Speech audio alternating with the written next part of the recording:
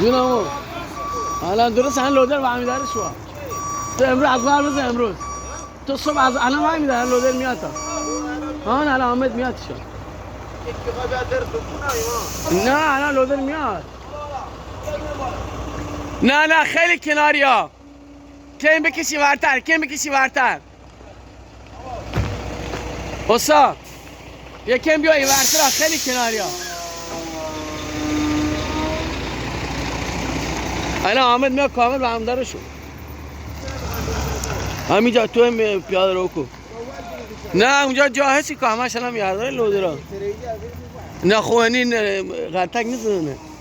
اونجا غلطک نکویده اینو نه بو همه صحف الان میاد شو الان پیدا شو اول همه اینجا میخواد شروع کنه میخواد ورداره که سرندی جاش می الان راه باز میکنم صدقی الان راحت می تو با مو دیگه تو چی کار داری؟ من از بازش میکنم برو بالا سلام لطفی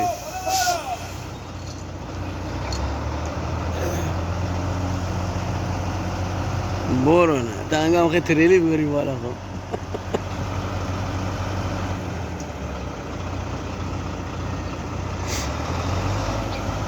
ماشین گله دار نه دوتاش ماشین گله دار نه والا شریک امرو نسو شریک است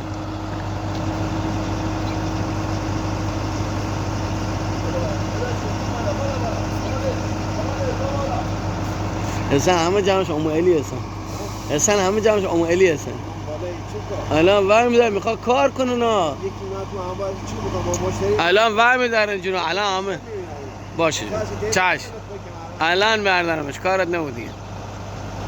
الان لودر می همش میبره کار قربون جون یا علی